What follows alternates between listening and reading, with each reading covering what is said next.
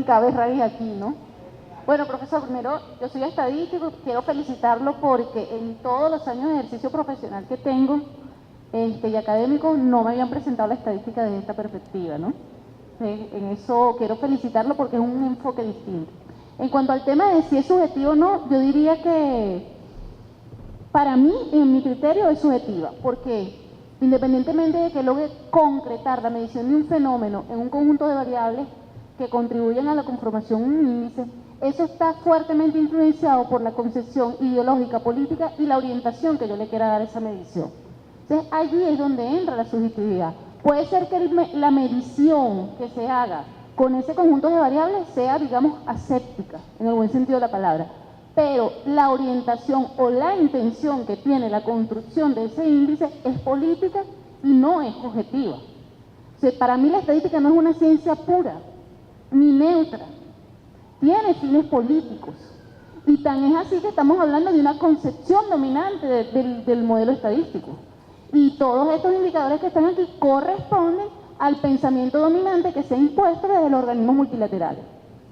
Entonces, una de las grandes discusiones que se da en este momento en el marco del Sistema Estadístico Nacional es que Venezuela, en cuanto a estos indicadores, ha reportado importantes avances, aun cuando esos indicadores no están pensados desde el proceso de transformación que se está dando en la República Bolivariana de Venezuela. Tenemos que avanzar en la construcción de indicadores que se asemejen un poco más a nuestra realidad, pero manteniendo esto para poder en el debate internacional demostrar bajo sus reglas que efectivamente hemos tenido avances. Eso es un primer aspecto. Y el otro aspecto tiene que ver, se me fue la idea, con el hecho de que el mismo número, analizado de una diferente perspectiva, se puede dar interpretaciones distintas. Entonces, es el caso, por ejemplo, de los resultados electorales, que es, digamos, una estadística sencilla. Tú tienes más votos, eres mayoría, así sea por uno. Pero hay un tema de una persona con la que trabajo que dice que en estadística 1 más 1 no son 2, y eso es verdad. En estadística 1 más 1 no son 2. En matemáticas sí, pero en estadística no. Porque eso está fuertemente influenciado por el tema social. Por eso, dependiendo de la orientación que yo le dé y el espacio donde yo me desenvuelvo. En el caso de educación, desde la perspectiva que nosotros les estamos viendo, los estudios comparados se circunscriben a este conjunto de indicadores, ¿no? La idea un poco era que nosotros desde cada uno de los temas que estamos analizando podamos llegar a hacer algunos aportes para la construcción de indicadores en los diferentes temas, que trasciendan un poco este tema que es el que está, digamos, impuesto en la palestra, tanto nacional como internacionalmente.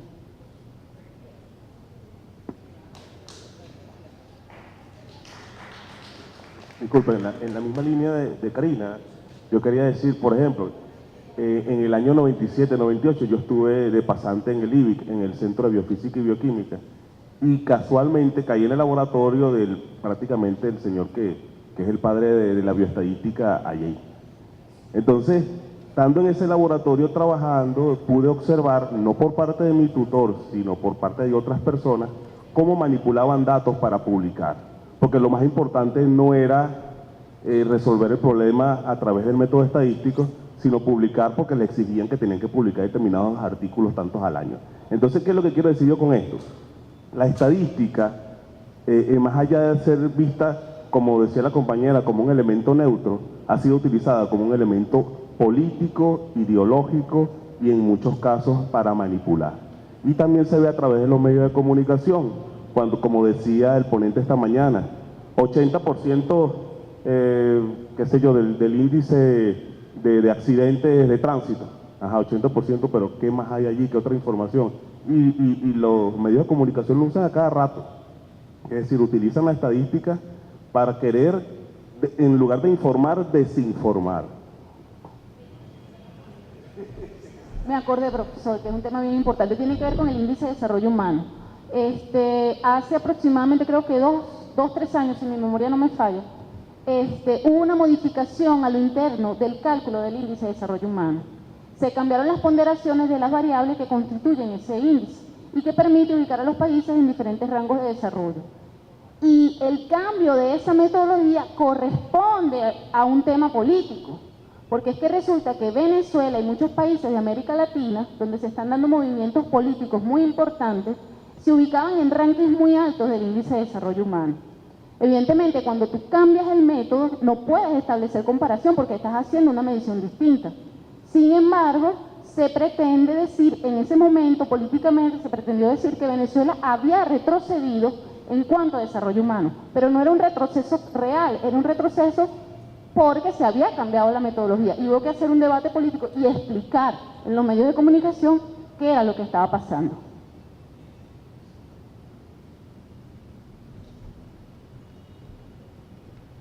Fíjense, esta discusión, por supuesto, siempre surge, digamos, ¿no? Entonces, creo que no la vamos a resolver, obviamente, ¿no? Pero creo que lo que es importante es lo siguiente, digamos, ¿no? O sea, creo que, o sea, efectivamente lo que decía, creo que Karina,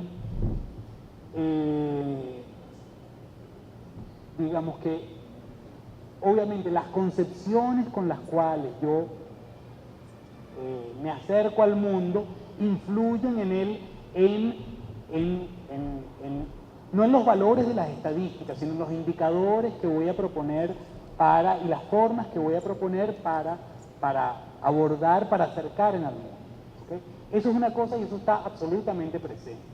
Entonces, si eso, ok, ahora, otra cosa muy distinta es que yo agarre y yo diga, no, mira, oye, no, quedé mal en el índice de desarrollo humano, déjame borrar aquí y trampear los datos.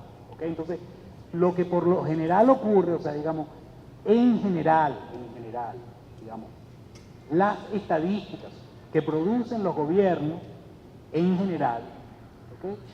Suelen ser, o sea, digamos, suelen estar bastante libres de ese tipo de componentes, digamos, de trampa, digamos, de falsear los datos.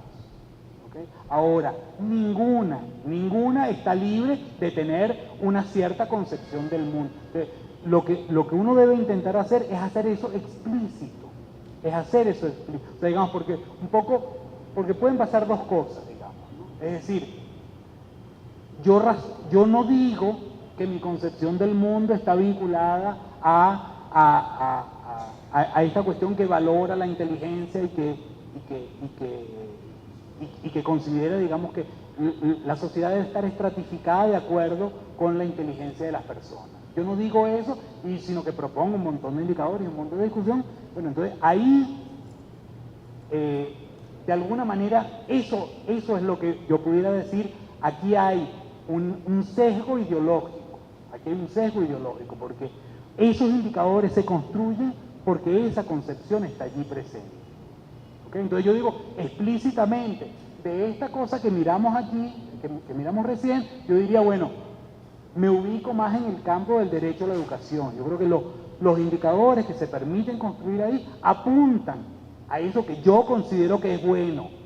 Ahora, eso es una cuestión subjetiva, o sea, es una cuestión de que refleja ciertos intereses de grupos de la sociedad. O sea, no es solo mi deseo personal,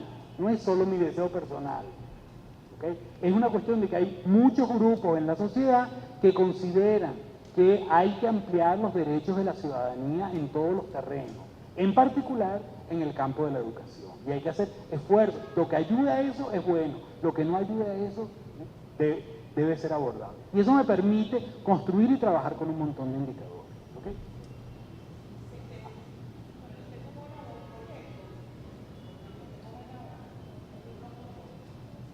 No, es que justamente el punto en el cual usted está sobre la concepción dominante para la construcción de indicadores. En Venezuela se está privilegiando desde el punto de vista de la educación toda la parte de derecho a la educación, al acceso, etcétera, etcétera. En Venezuela, en este momento, se está privilegiando esto. Sin embargo, ese privilegio se está dando en función de todo el proyecto y todo el proceso que hemos estado desarrollando con el proyecto bolivariano de la Constitución del 99. Pero, volvemos a la concepción dominante. Hay un grupo del sector que, a pesar de que se está privilegiando el derecho a la educación, al acceso, toda esta cantidad de cuestiones, está con los mismos indicadores de evaluación de calidad educativa, torpedeando ese derecho a la educación.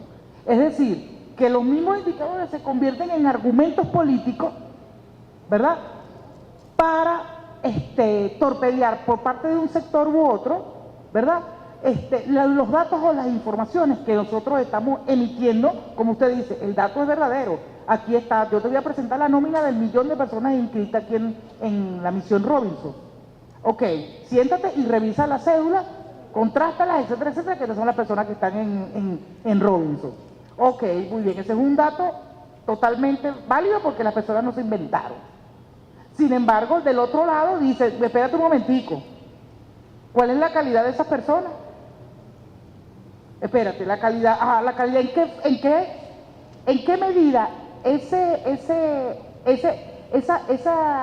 tema generador de indicador de calidad se convierte en una bandera política, ¿verdad?, que golpea, que trata de golpear otro tema que es el tema del derecho a la educación? O sea, los mismos temas y los mismos indicadores se dan, me perdona la expresión, se dan coñazos. Sí, fíjense, me parece que es interesante ese punto, digamos. Ahora, es polémico. Ahora, fíjense lo que es importante aquí, digamos. Fíjense lo que es importante aquí. O sea, uno puede asumir, digamos, o sea, el punto que yo quería señalar para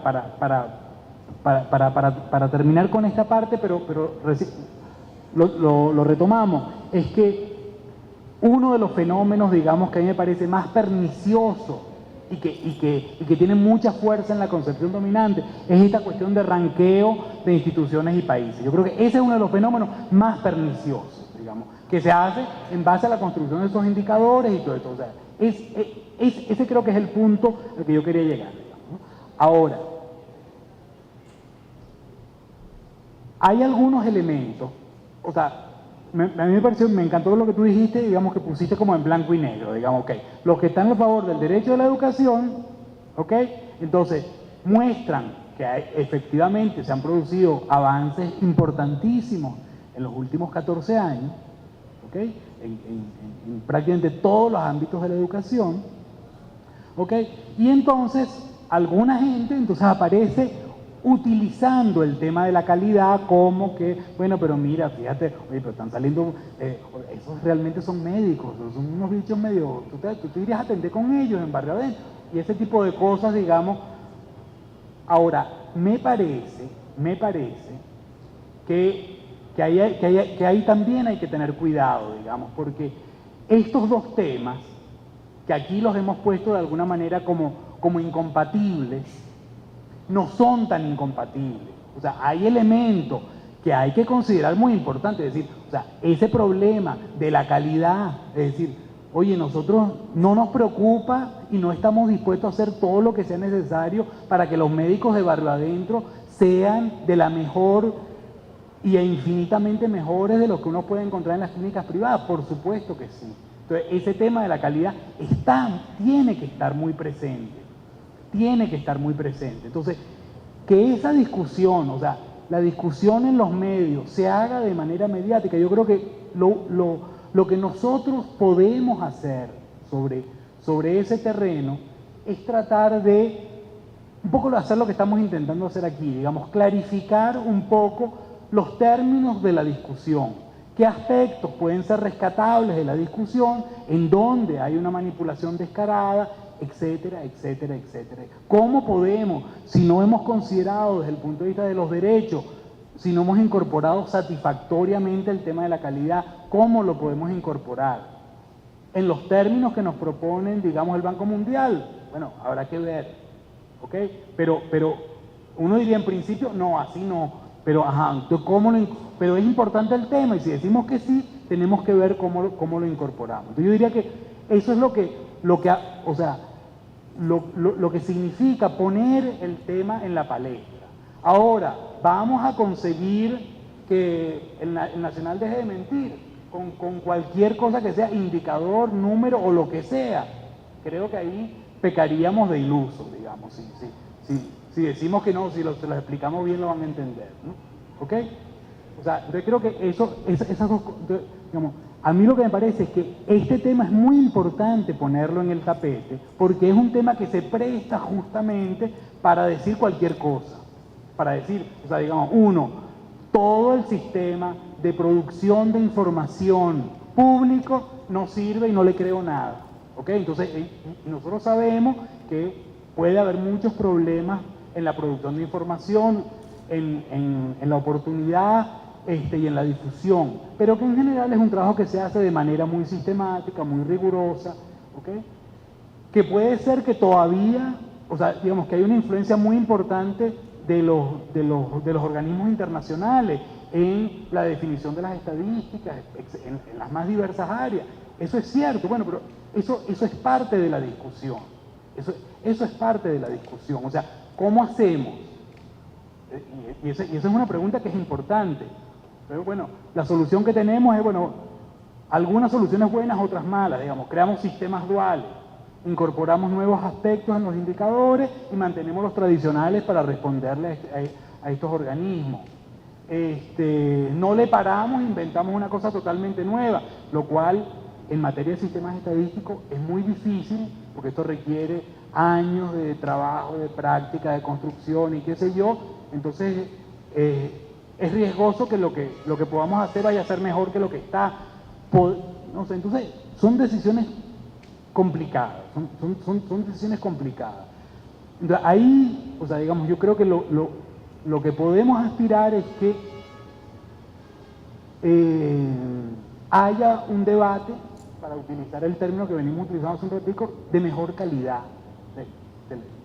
Digamos, porque en general, muchas veces, o sea, desde los ámbitos gubernamentales, utilizamos esta lógica crítica contra esos indicadores que no nos muestran un aspecto, que no muestran una luz favorable o que son manipulados de cierta manera, ¿ok?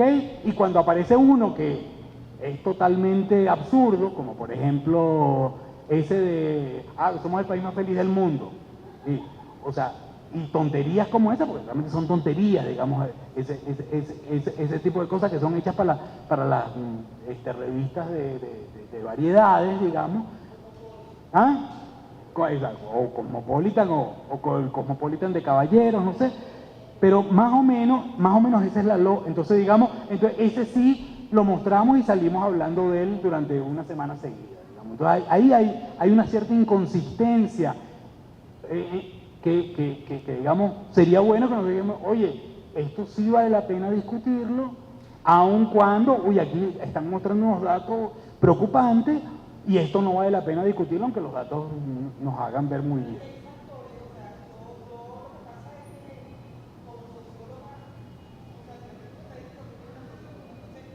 Ya va aquí, hay uno que tuvo las palabras aquí.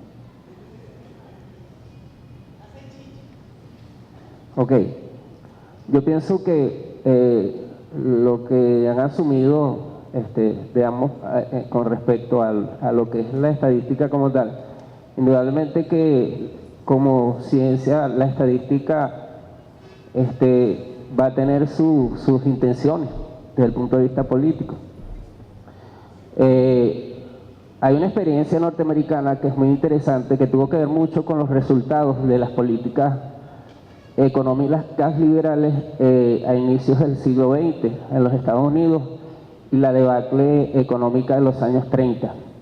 Esa crisis llevó a los Estados Unidos a hacer un estudio amplio, estadístico, de cuáles eran las causas reales de lo que había sido la ruptura del neoliberalismo del sistema económico norteamericano.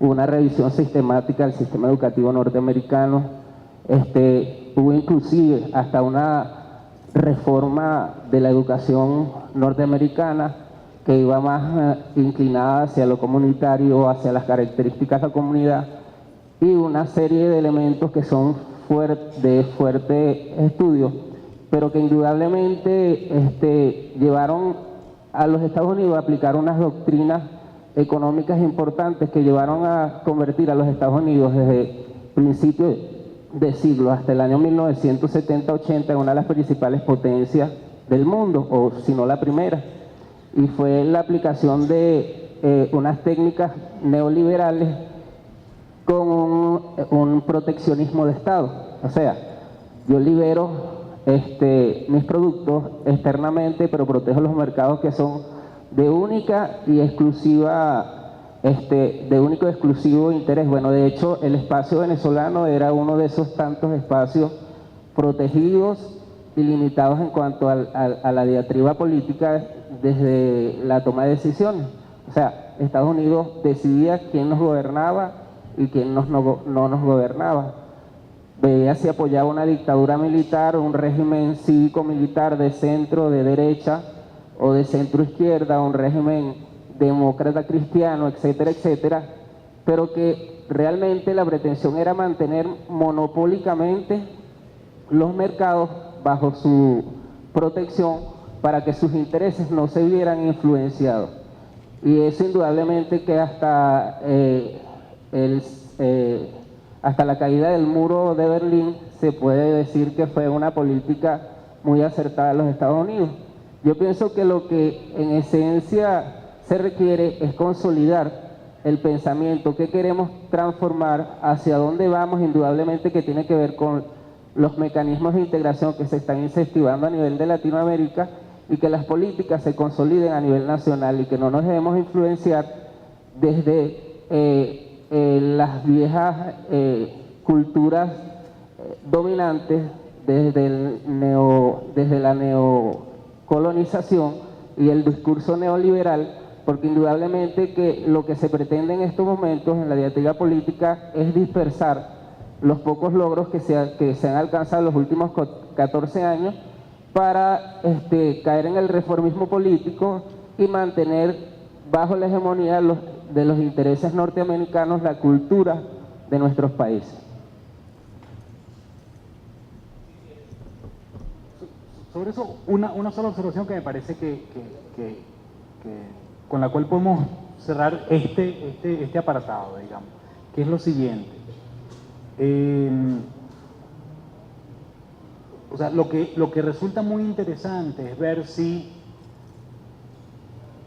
es intentar obtener una coherencia fuerte entre lo que son los proyectos de transformación y de cambio y los indicadores que estamos utilizando para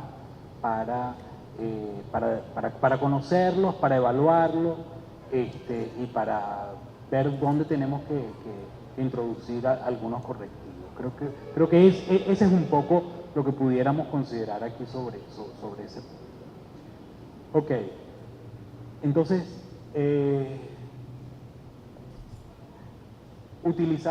ahora vamos a empezar a utilizar el método un poco más autoritario para poder avanzar un poquito. Okay.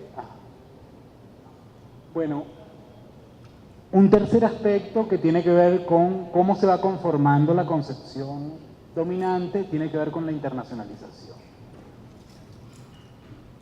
Digamos, como les decía, a partir de 1830 comienza a consolidarse y a desarrollarse un paradigma estadístico cuya base es la cuantificación. ¿Okay? Ya no tenemos más estadística alemana al estilo del siglo XVIII. ¿Okay?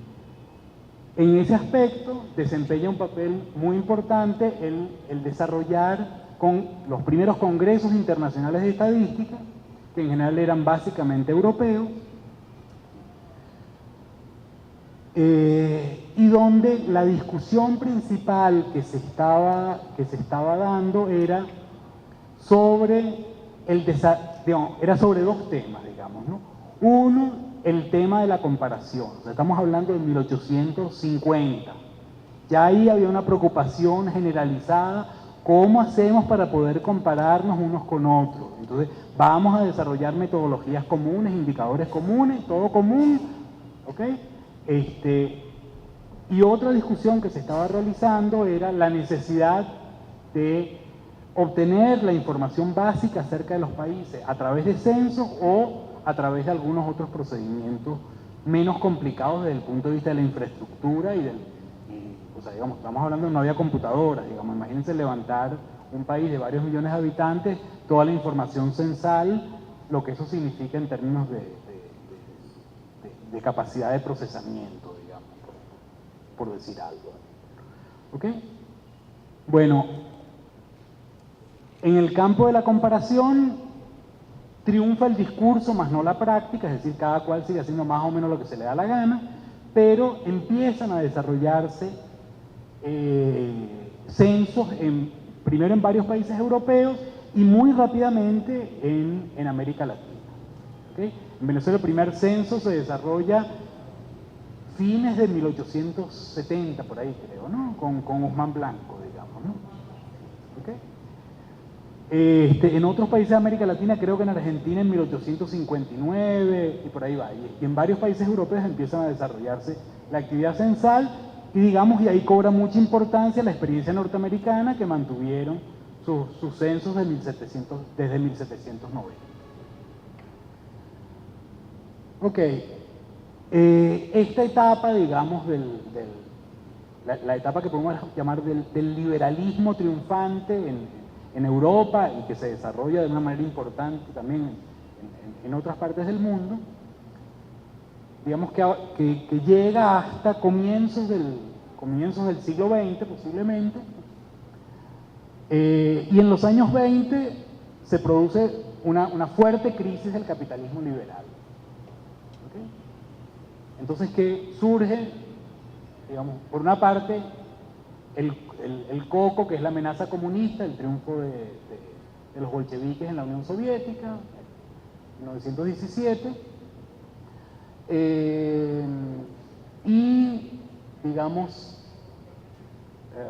fines de los años 20, comienzos de los años 30, surge, tanto teórica como empíricamente, la alternativa keynesiana dentro del sistema capitalista. Y esto tiene mucha importancia, digamos, por dos razones. Uno, porque si ahora el tema de la comparación ya no va a ser tanto entre los distintos países que querían conocer sus características, sino entre modelos, digamos. Entonces, o sea, ahí empieza a aparecer, digamos, la producción de estadísticas del capitalismo frente a las estadísticas del socialismo. ¿Okay? Y en muchos casos las estadísticas del socialismo, particularmente en el ámbito de educación y en muchas otras áreas, presenta datos que son realmente impresionantes en términos de lo que fue esa gigantesca transformación social. Por su parte, el modelo keynesiano también genera un impulso para producción de cierto tipo de estadísticas. Básicamente el modelo keynesiano, que se basa en grandes agregados económicos, implica levantar información sobre el ingreso, sobre la producción, sobre las exportaciones, sobre la inversión, lo cual, digamos, da origen a la creación de lo que se llaman sistemas de cuentas nacionales, que paradójicamente, como está puesto allí, es como un modelo internacional, digamos, ¿no? Todos los países de alguna manera establecen más o menos el mismo sistema de cuentas, pero que le da un formidable impulso al levantamiento de estadísticas económicas.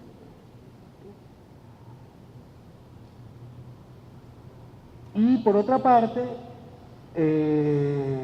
esta tarea, digamos, de sistematización, homogeneización y difusión de las cualidades de tener este tipo de sistemas estadísticos queda en manos de las Naciones Unidas, donde empiezan a producirse congresos, manuales, publicaciones. Ustedes, si uno va, digamos, la cantidad de publicaciones de manuales que han desarrollado los distintos organismos de Naciones Unidas, de nomencladores, de nomenclaturas, es impresionante, digamos. Hicieron un trabajo realmente muy fuerte. Y no solo eso, sino que progresivamente, sobre todo, a partir de los años 50 o 60, comienzan a aparecer no solo sistemas estadísticos importantes en el área económica, sino también en otras áreas, es decir, en el área social, en el área educativa, en el área más recientemente de ciencia y tecnología, de salud, que aunque ya venían, digamos, o sea, tenían una tradición anterior, pero se incorporan fuertemente a este sistema. Ok, y esto cada vez hay más diversidad y más variedad de indicadores. Entonces hago una pequeña notita. Nosotros siempre tenemos la tentación de decir, no, mira, los indicadores estos no nos sirven para nada, tal, vamos a inventar nuestros indicadores. ¿Ok? Y yo creo que ahí, si uno ve la lista de indicadores que hay, yo desafío a alguien a que invente un indicador que no existe. ¿No? O sea, entonces creo que ahí hay una tarea, digamos, de ordenar ese enorme caos de informaciones, de propuestas y qué sé yo, que algunas están muy bien desarrolladas desde el punto de vista técnico, que nosotros, si lo consideramos conveniente, podemos adaptarla para nuestro fin. ¿Ok? Entonces, me parece que este tema, esta discusión en abstracto de utilizamos las estadísticas ya desarrolladas o inventamos una nueva, me parece que debe ser tratado de otra manera. Lo que hay que hacer es bajarse a estudiar las estadísticas que existen, los indicadores propuestos, las metodologías existentes y ver cuáles de ellas podrían servirnos de acuerdo con el marco que querramos desarrollar. ¿Ok? Ahora, si encontramos que lo que queremos hacer no está, lo inventamos, eso me parece extraordinario y vamos a ponerle, propongo que le pongamos el nombre de la persona que haga eso, ese va a tener, ese es el indicador, digamos, ¿no? ¿Ok? Pero creo que ahí a veces pecamos, digamos, no sé, un poco pretenciosos de decir, no, vamos a inventar nuestros adaptados exclusivamente a nuestra realidad, cosa que está bien como concepto, pero que hacerlo técnicamente con todo el rigor que esto supone, qué sé yo, no es tan fácil y hay muchas experiencias parecidas, qué sé yo, que nos pueden ayudar para avanzar en ese sentido. Ok, entonces bueno, esa tendencia, digamos, en los años 90, digamos, yo diría que es como la hora loca de los indicadores, porque hay indicadores para todos, realmente para todos los gustos, ¿no? Antes eran un grupo de indicadores muy chiquitico, digamos, que, okay, antes estábamos muy acotados por el número de indicadores y lo que era permitido, reconocido internacionalmente, y ahora hay indicadores para todos los gustos, realmente hay una variedad infinita de indicadores. Entonces, en ese sentido, me parece que la tarea es seleccionar más que ponerse a inventar el agua tibia. Ok, entonces, los dos fenómenos recientes que han ocurrido, que yo considero fenómenos peligrosos, son el establecimiento de metas comunes para todos los países. Ejemplo típico, los indicadores del milenio, digamos. ¿Ok? No porque eso esté mal, o sea, porque obviamente dicen, oye, reducir el analfabetismo a la mitad, erradicar la violencia contra la mujer, por supuesto que eso está bien. O sea, y eso hay que avanzar todo lo que se pueda en esa dirección. ¿Ok? Pero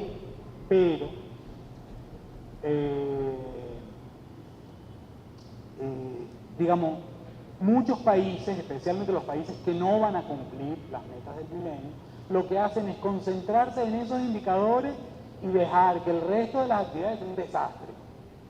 ¿Okay? Entonces, todo lo que no aparece en los indicadores del milenio, bueno, aquello es la catástrofe total. Y estos están haciendo, tratando de parapetear, ahí sí, no de trampear, pero los esfuerzos están muy concentrados en atacar esos problemas que son reconocidos por los indicadores.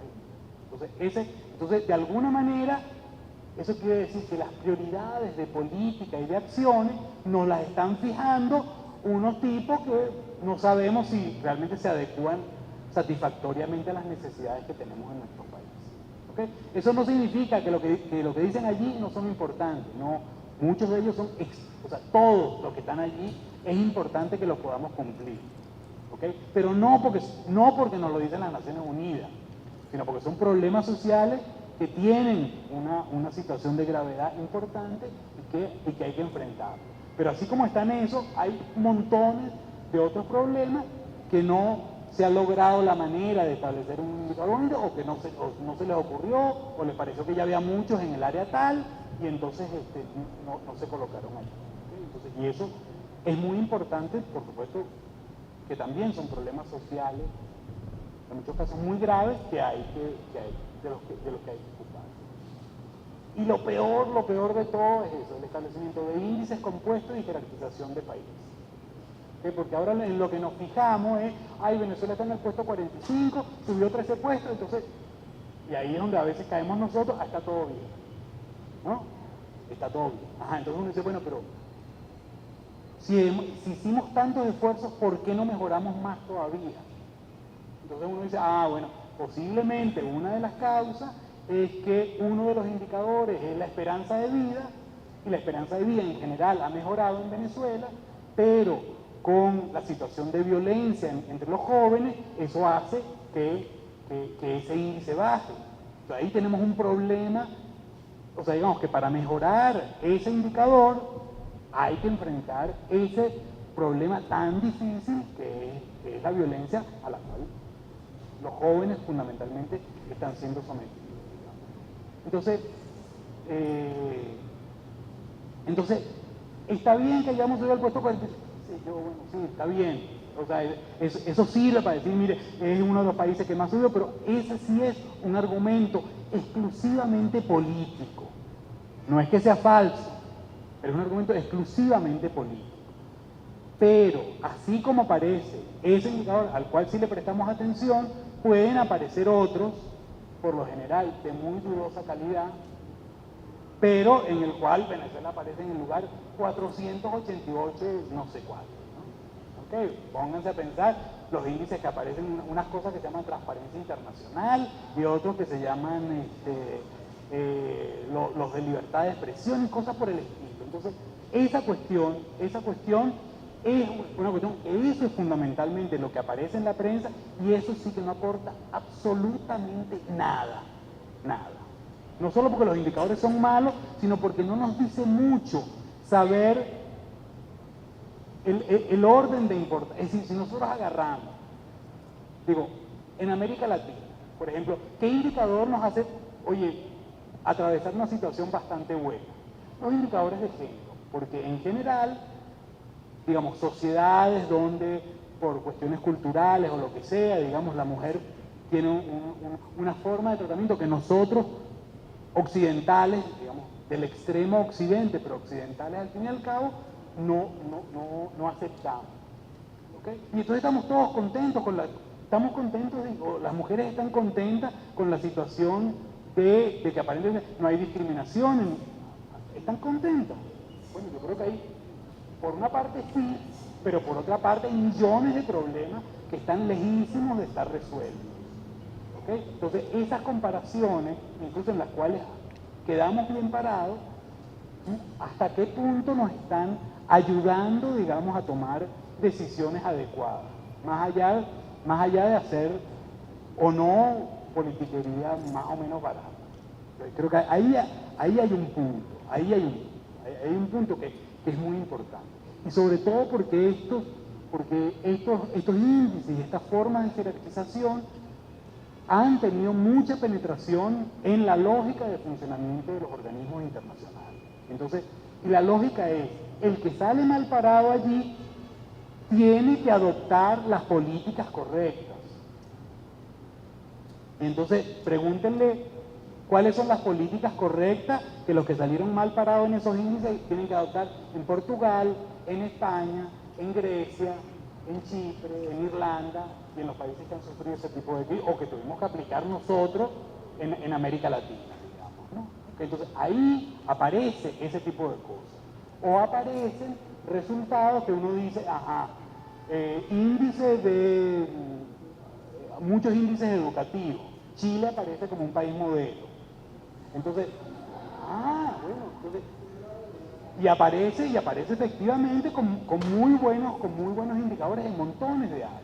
Entonces dice, pero ese es el país, donde el presupuesto universitario, la participación de los estudiantes en el coste es la mayor del mundo, que supera el 50%. O sea, un sistema realmente, digamos, que niega todo lo que vivimos antes sobre derechos de la educación. Entonces, ese país, y te puedo poner millones de ejemplos de ese tipo, aparece en los lugares y por lo tanto es un modelo de cómo se corrigen ese tipo de problemas. Este es un problema grave. Incluso ahí hay áreas, digamos, donde aparecen nuevos indicadores o nuevos fenómenos, que se evalúan con esta lógica. Y yo les voy a poner uno porque es uno que a mí me parece loquísimo. Fíjense, hace unos años el PNUD hizo un programa que creó un indicador de actividad innovadora. ¿Ah? Entonces, el indicador de actividad innovadora. Entonces, ellos decían, mire, la actividad innovadora, tal como nosotros la concebimos, contempla dos aspectos. Uno, que desarrollen capacidades innovadoras para mejorar la productividad, la competitividad y desarrollar nuevos productos, etcétera, etcétera, por una parte. Y por la otra, que apunten a una mayor igualdad social. ¿No? Y eso, hacemos un indicador conjunto. ¿Cuál es ese indicador que se les ocurrió para poder comparar 150 países de una sola vez? El indicador de patentes que había producidas en el país dividido por la población. ¿No? Bueno, entonces, ¿qué ocurrió? Bueno, los resultados no importan, digamos, ¿no? Pero, por ejemplo, un país como Brasil, ¿okay?, que es un país, digamos, muy innovador en cierto sentido, pero cuyas leyes de patentes, no todas las cosas que se producen se patentan por una parte. Y por el otro lado, extremadamente desigual desde el punto de vista social, tenía una cierta cantidad de patentes que al dividirla entre los habitantes, el índice le daba bajísimo. Y un país como Honduras, conocido por su enorme capacidad innovadora, como todos sabemos, pero que tiene una población muy pequeña, entonces había desarrollado algunas empresas multinacionales, algunas patentes en el país. Entonces ese país aparecía por encima de Brasil.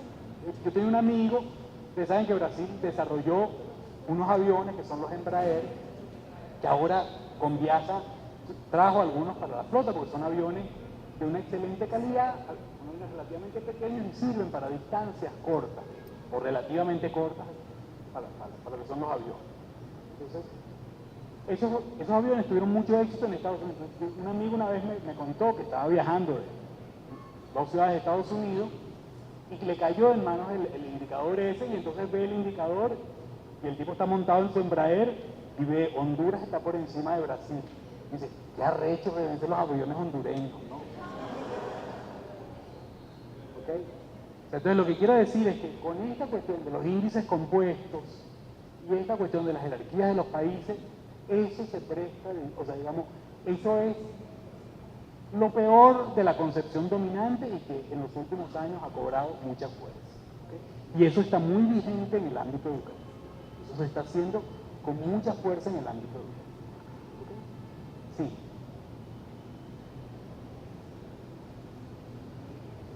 Ok, en síntesis, ¿qué características tiene la concepción dominante? Bueno, un esfuerzo muy importante de comparación internacional, entonces, en el cual se estandarizan los objetivos a conseguir, es decir, hay que ponerse de acuerdo, los objetivos son estos, y eso hay que hacer un acuerdo internacional de cuáles son los objetivos.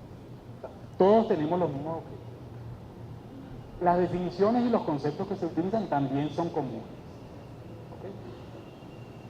Hay uniformidad de las técnicas de recolección, procesamiento y análisis. Y a partir de allí se construyen indicadores que sean comparables. Se utilizan la jerarquización, es decir, el ordenamiento por países, digamos, el que tiene los mejores resultados, el que tiene los peores, y benchmarking, es decir, o sea, digamos, lo que tienen que hacer los países que no están en los primeros lugares es copiarse las prácticas de los países que han llegado a esos lugares, porque para eso llegaron, entonces todos tenemos que copiarlo. ¿Okay? Y esto lleva a fenómenos de cooperación, entre comillas, digamos, internacional, y de homogeneización de las políticas. ¿Okay? Entonces, esos son, me parece, a grandes rasgos, a lo que conduce esta concepción dominante. Entonces, esta cosa de homogeneización de las políticas es muy peligrosa, es muy peligrosa. ¿Okay? Si no, preguntémosle nuevamente a los portugueses. Sí, por favor. Bueno, echamos para atrás otra vez y nos planteamos, digamos, ¿no?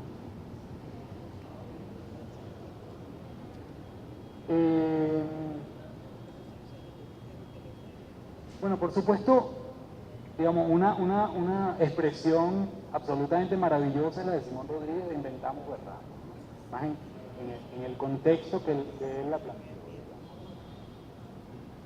que apunta fundamentalmente a la necesidad de inventar una mirada propia, decir, miren señores, nosotros tenemos unas características, no porque sean excepcionales, sino porque tienen que ver con nuestra historia, con nuestra identidad, etc., que nos obligan a pensar en soluciones, digamos, propias, independientemente que haya otras soluciones que hayan sido buenas para otros países.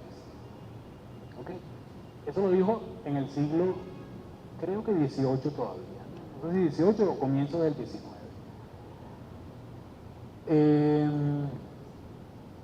Ahora,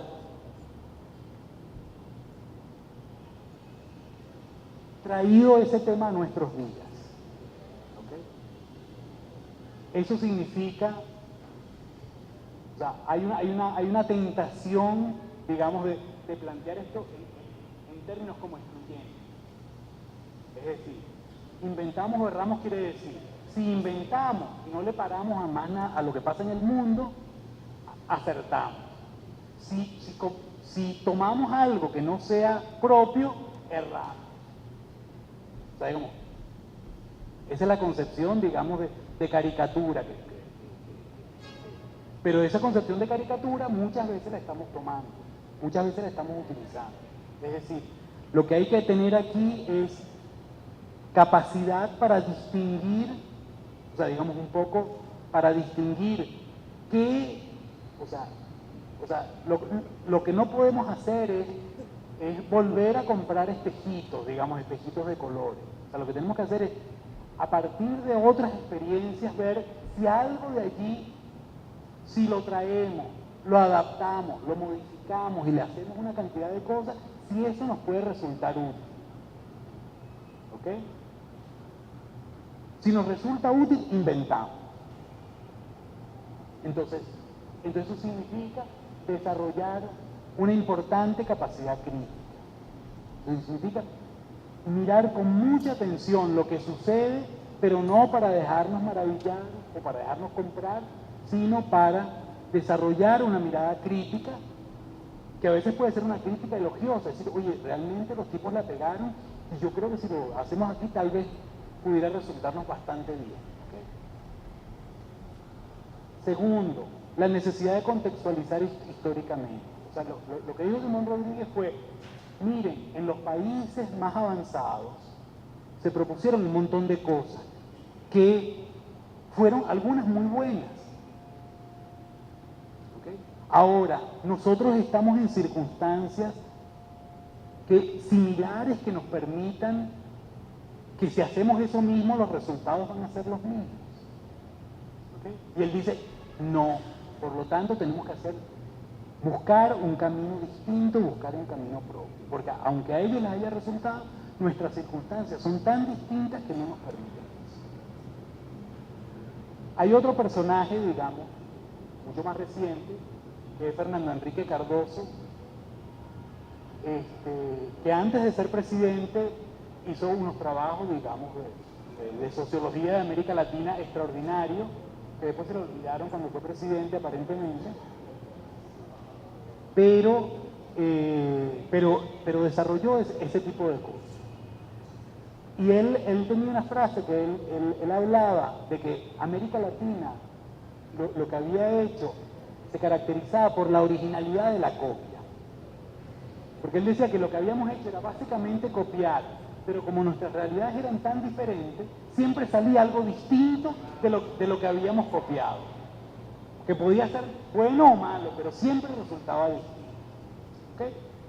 Entonces yo creo que la visión de Simón Rodríguez es más interesante que la de Fernando Enrique Cardoso. Él dice, bueno, copiemos cualquier cosa porque igualito nos va a salir algo distinto. Digamos. Yo creo que es más interesante esta otra, digamos, de ver hasta qué punto nuestras realidades son tan diferentes que necesitamos inventar una solución.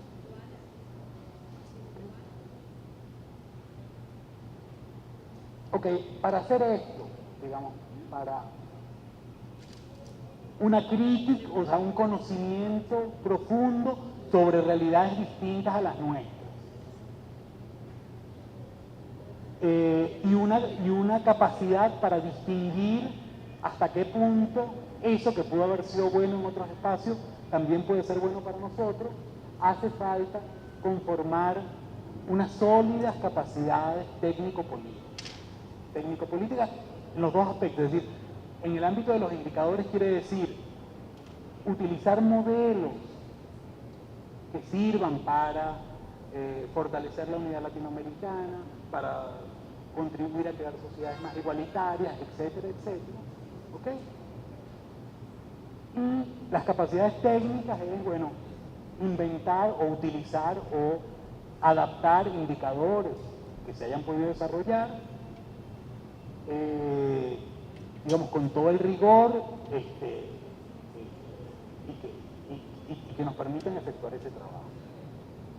¿Okay?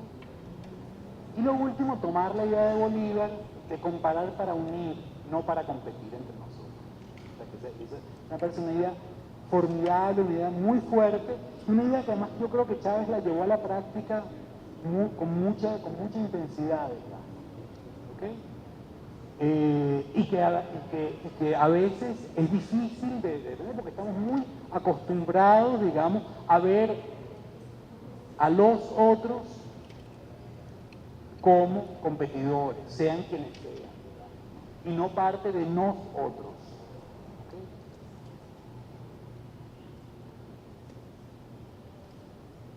Bueno, como hemos hablado tan mal de la concepción dominante, podemos decir algo, otra vez, si podemos rescatar algo de eso. Yo diría que se pueden rescatar tres cosas. Digamos. Uno, ahí hay una enorme experiencia de sistematización y evaluación de las más diversas experiencias. Entonces, si de ahí no tenemos nada para aprender, bueno, realmente estamos en el mejor de los mundos, ¿no? ¿Okay? Y a mí me encantaría vivir en un país así, digamos, ¿no? pero creo que no es el caso. O sea, hay muchas cosas que hay que aprender, pero hay que mirar con mucha atención, digamos, ¿no? De no dejarnos encandilar por cosas que no son. ¿Sí? Un segundo elemento, los indicadores que se han desarrollado en esos ámbitos, en el ámbito de los organismos internacionales, suelen estar muy bien fundamentados técnicamente. ¿Okay? Entonces, la fundamentación técnica, que es un aspecto muy importante de los indicadores, de allí podemos tomar muchas lecciones. ¿Okay? Lo cual no significa que ese indicador en particular esté adaptado a una realidad como la nuestra.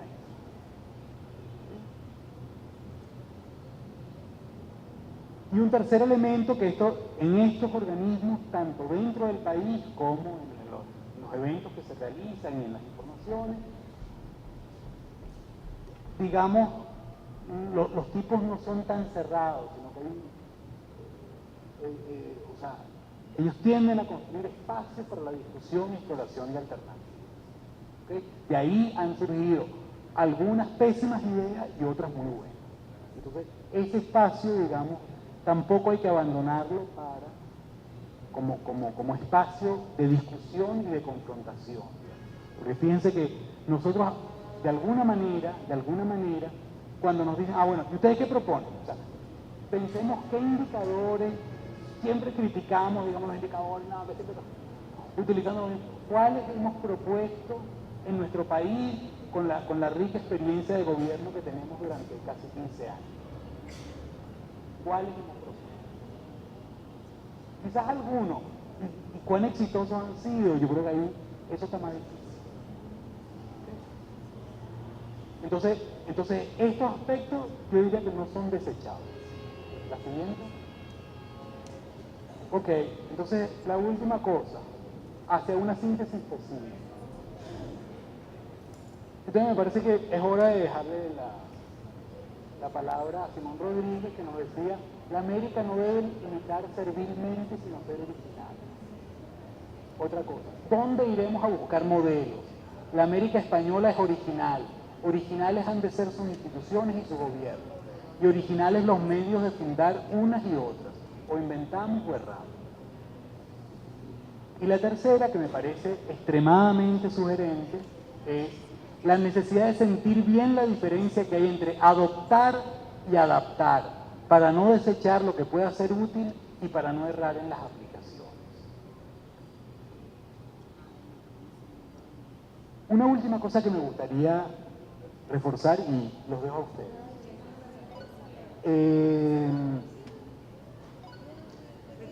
Creo que la idea...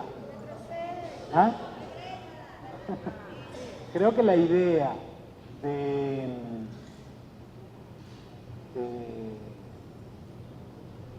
que una de las ideas más poderosas, digamos, que por lo menos a mí me dejó esta especulación, si se quiere, sobre el pensamiento de Bolívar, es que hoy es muy pertinente esa idea de comparar para unir. Es decir, nosotros tenemos un trabajo muy importante que hacer de comparación, particularmente con los países de la ALBA, si se quiere, con el resto de los países de América Latina. Esa comparación puede tener carácter numérico, o debe tener carácter numérico, pero no solo carácter numérico, sino que vale la pena rescatar un poco estas descripciones más literarias, digamos, ¿no? Y lo que encontremos debe servir para unir. Aquí tenemos ventaja. Bueno, entonces, ¿cómo hacemos que esa ventaja que nosotros tenemos sirva para unir? Yo creo que la experiencia de Petrocaribe, por ejemplo, nos da pautas, digamos. Y eso nos perjudica. Yo creo que para nada, digamos. Yo creo que ahí hay, o sea, digamos, esta lógica de la competencia a todo trans nos lleva a que la comparación siempre sea buscando el perjuicio del otro.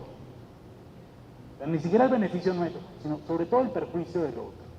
Entonces, creo que el trabajo que se puede hacer desde este espacio sobre la comparación tiene que tener permanentemente presente esta idea de que hay que comparar para unir, no ni para jerarquizar, ni para discriminar, ni para aprovecharnos de la debilidad que pueda tener alguien en un momento particular. Muchas gracias.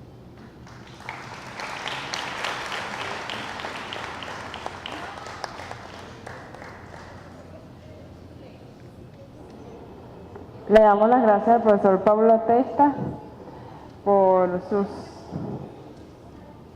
palabras, que en lo particular para mí, que soy licenciada en Ciencias Políticas y vi Estadística en la universidad, vi Matemática aplicada a la Ciencia Política, creo que me gustó más esto que lo que vi en la universidad, porque en definitiva yo no me llevo ni con números, ni variables, ni nada de eso.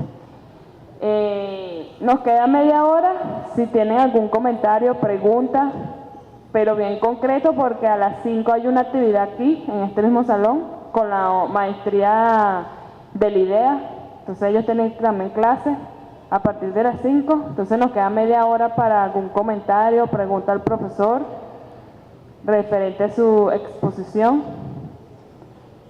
No todos al mismo tiempo, nadie los va a comer, yo no como gente.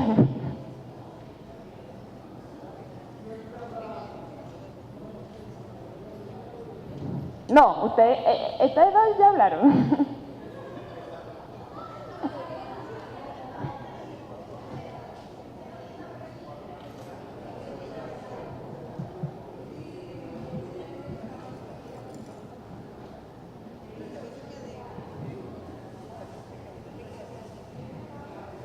Venceremos. ¡Viva Chávez!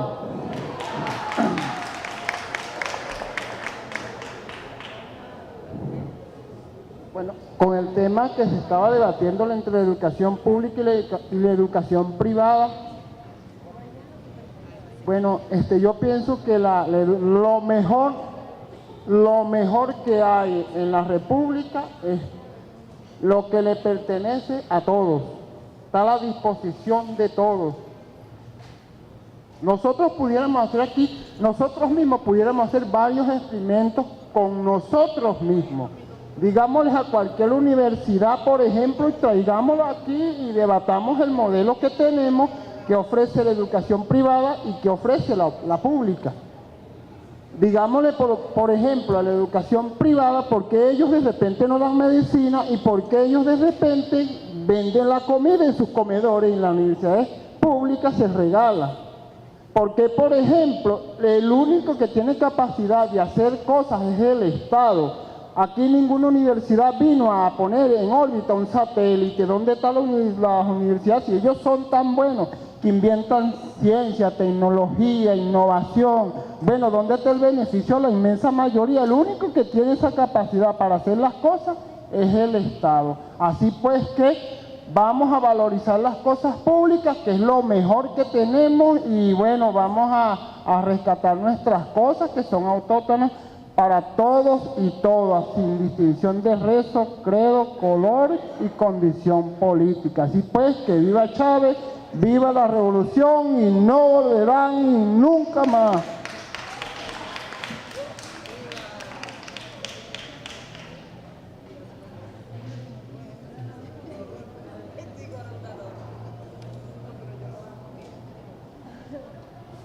¿Otra persona?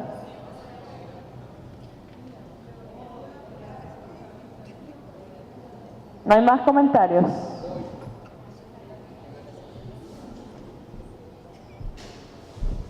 No. No. Ni así de chirriquitico.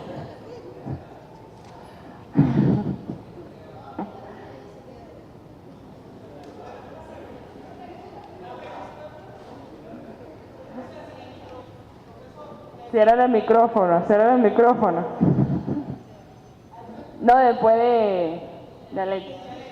Después de Alex. Sí, ok, bueno, gracias. Tenía tiempo que no hablaba. No, mire, en el asunto de los datos estadísticos, ¿no? Usted manejó algo de que los asesores asesoraban en la antigüedad a los reyes y a los magnates de la época, porque era lo que pretendía. Pero eso no ha cambiado mucho. Aquí la diferencia es que ahora los académicos están al servicio de las grandes transnacionales, que son los que manejan la información. Quien maneja la información y maneja el alimento es dueño del mundo, y estas personas están muy claras en esto. El Estado venezolano justamente está tratando de revertir, de hecho con informaciones estadística para tratar de resolver un problema, pero resulta que una transnacional que la maneja, por ejemplo, el señor Mendoza, que tiene una familia que tiene más de 100 años manejando datos estadísticos en Venezuela, ya ellos sabían con 50 años de antelación de que tenía que tener control de la comida de Venezuela, y en estos momentos estamos en una posición difícil porque él sí decide dejarnos sin comida, nos deja porque maneja el 80%, gracias a esos benditos datos estadísticos. Ahí es donde, un ejemplo de donde se usa en contra del pueblo los datos estadísticos. Y la otra parte es no darle un uso debido, pues, o llegar al fondo del uso del dato estadístico. Un ejemplo son las universidades. Nosotros tenemos nuestras universidades, las nuestras, seguimos graduando desempleados. Nosotros tenemos un Instituto Nacional de Estadística que tiene unos datos de cuáles son las necesidades de profesionales aquí en Venezuela, y no articulan con las universidades para que las universidades nuestras tengan esa información de cuántos profesionales necesitamos para hacer una proyección a futuro de qué es lo que debemos de graduar. Entonces, esos son dos ejemplos de cuando los datos estadísticos son usados, uno a conveniencia y otro que no quiere soltar información.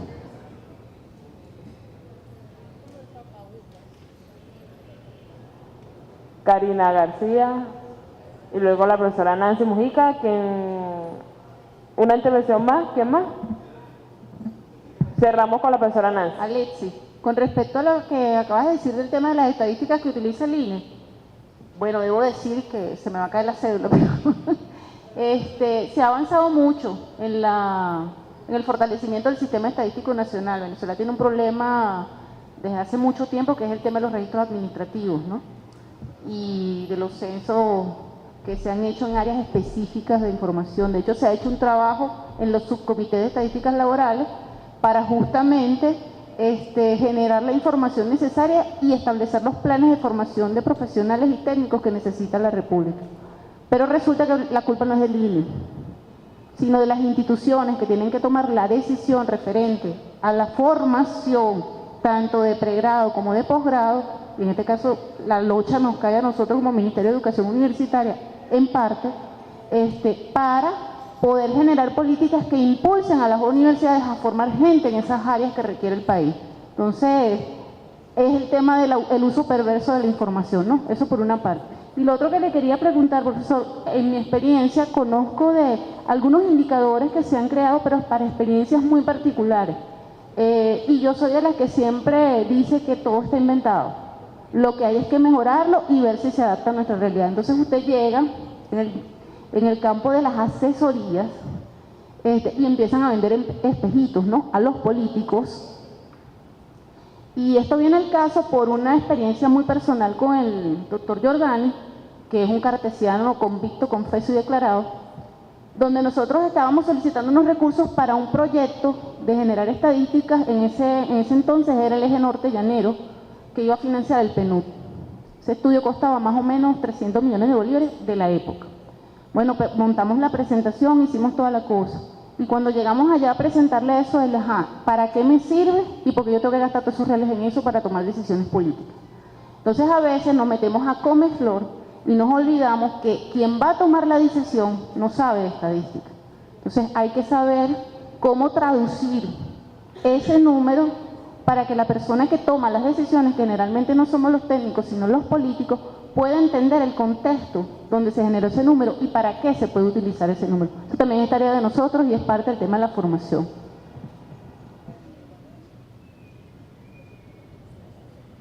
Profesora Nancy.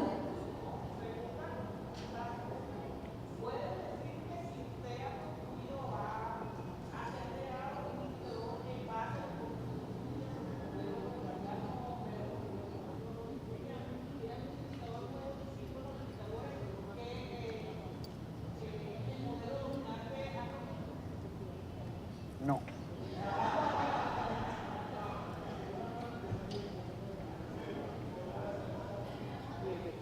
¿Puedo hacer un pequeño comentario?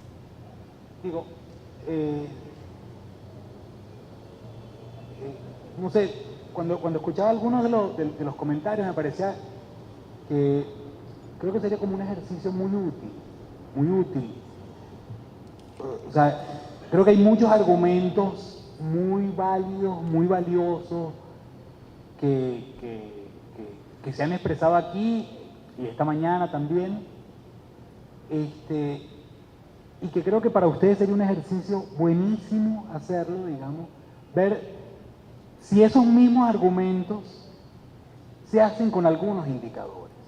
Es decir, digamos, ese argumento yo creo que tiene muchos de lo que han dicho. Entonces creo que,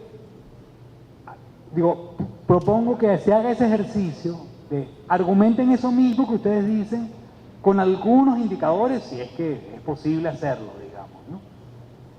Y ver qué pasa. Mi hipótesis es que eso refuerza enormemente el argumento, lo enriquece muchísimo y además le puede quitar en algunos casos algunos excesos que uno pudiera, digamos, tener retóricos o lo que sea. Creo que eso sería como un ejercicio bien interesante, digamos, un poco para uno comprobar esto que yo lanzo como una hipótesis, digamos, de que los indicadores son herramientas muy poderosas. Y son herramientas muy poderosas fundamentalmente para la argumentación. Entonces, no que los inventen, sino que busquen en la información, digamos, que además ahí uno puede encontrar muchas cosas, digamos. Yo creo que hay como dos principios básicos en este tema que son muy sencillos y son además muy irónicos, si se quiere. Uno, el primer principio dice, siempre hay más información de lo que yo creía. O sea, uno cuando empieza un trabajo dice, coño, no hay indicadores, en este país no hay nada de tal, entonces se pone a buscar y resulta que había muchísimo más de lo que uno creía. ¿Ok? Entonces, para este ejercicio de argumentación, no es malo aprovechar esas fuentes que existen y que uno de paso las puede ver.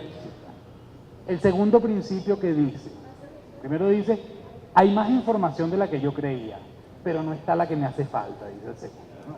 Eso es lo que siempre pasa. Nunca está exactamente lo que uno necesita. Entonces eso plantea siempre muchos dilemas. ¿Qué hago? Hago una encuesta, empiezo a buscar datos como loco, utilizo otro indicador que más o menos me indique lo mismo, hago unas cuentas a ver si combinando estas dos cosas la cosa resulta. ¿Qué hago? ¿Ok? Me quedo con la retórica sin el indicador. Creo que eso es válido de hacer, porque tiene que ver, digamos, con nuestra experiencia práctica en el manejo de estos temas, digamos, ¿no? ¿Ok? Bueno.